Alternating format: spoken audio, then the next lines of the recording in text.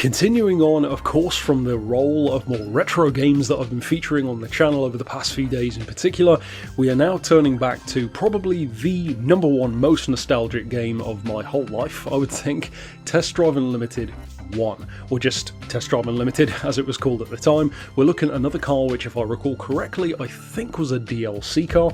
I finally managed, of course, a while back to get access to my DLC again, with only one exception, which was incredibly annoying because my favourite car of the whole game was in that pack, the Cadillac 16, and I cannot access that one, which is really annoying. But it did, of course, allow me to feature stuff like the Adonis, the Cadillac C, and the Holden Effigy is still to come, and this one, the Mercedes CLK GTR road car. And in fact, for a good long while, the majority of my teen years, this was my favourite car. I loved the CLK GTR. Now this one in the game is actually a bit of a mixed bag. See, it's not quite as good as you might think. Certainly given its price, it is an A-class vehicle, which is not really too surprising, but even within the A category, it's nowhere near as quick as a lot of the other top tier machines. 0 to 60, 3.8 seconds, top speed of 200 miles an hour stock, so pretty much what you'd expect, of course, from a road homologated GT1 car, or a road-going Le Mans car in a general sense.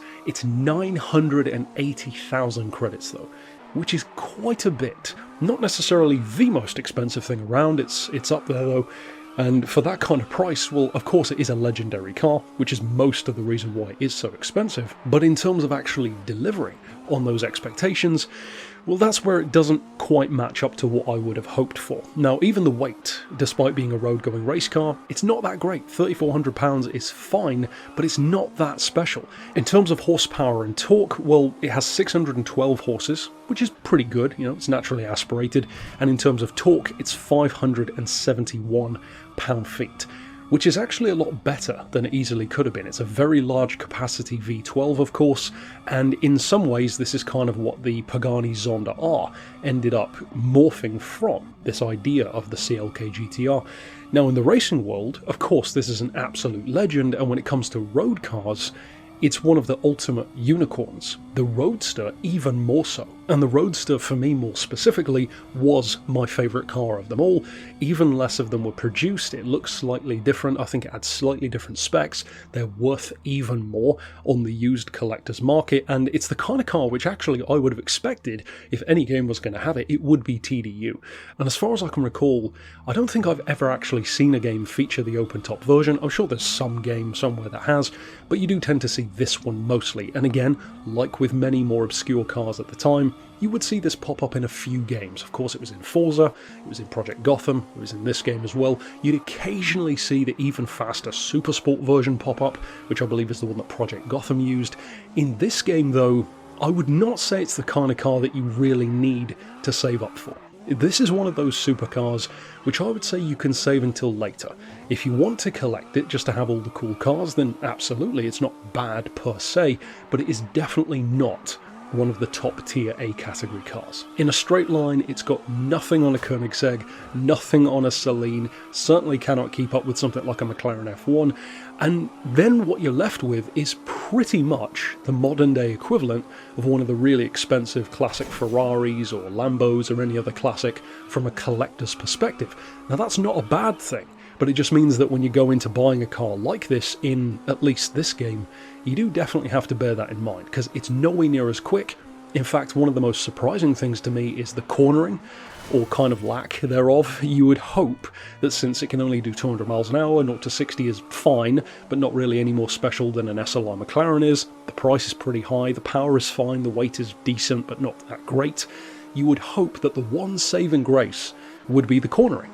And of course, it would make sense for the cornering to be the saving grace because it's a road-going race car. It's literally justified in being fantastic through corners. And again, the McLaren and various others are a precedent for that, but it kind of isn't. I mean, it's not necessarily that it's bad through corners, it's just no way near what you'd expect. And you'll probably see a few times in this footage me going off the road or running too wide, and of course some of that is because I'm a little bit out of practice with Test Drive Unlimited, but even with the other cars that I drove for other reviews, I slotted right back into it and just got on with driving. With this one, there's just something about the car that didn't quite mesh for me. I don't even recall using this one that much back then, and that was when it was my favourite car. So it really goes to show that on some occasions, Test Drive doesn't have some cars represented quite as strong as you would maybe remember them as being, or even in comparison, well certainly in comparison to other cars that were in the game that are legendary. I think for most players who have fond memories of this game, you'll probably remember just how incredible the Saleen S7 Twin Turbo was. It was one of the most OP cars in the game. For me, my memories come from stuff like the Adonis and the Cadillac 16, because those super rare unicorns always jump out to me first. And then of course you've got the oddball stuff in there like the Audi A4 touring car, which is probably the most random car in the whole game, and unfortunately another one of the ones that I cannot access. This one for me, to really round up my thoughts, is exactly what I said earlier on. It's not a bad car, it's not a car which I would say don't buy, it's just a car that I would say save until last, because once you've got all of the good stuff, then drop the $1 million on this car. Because if you do that beforehand, well, not only do you now have to recoup the $1 million by racing again, but you've bought a car which isn't necessarily one of the best ways of earning back that money, ironically. It's definitely more on the collector's piece end of the spectrum, which still has a place in Test Drive Unlimited, for sure. A massive part of the fun is collecting the cars, and this is prime for that. It is a legendary for a reason, but I don't know, there are some occasions where these road-going GT1 cars don't quite translate as well as they could in certain games. I am kind of surprised that they didn't have any other of these sort of homologated cars, because I mean, TDU really is the kind of game to feature these legends in.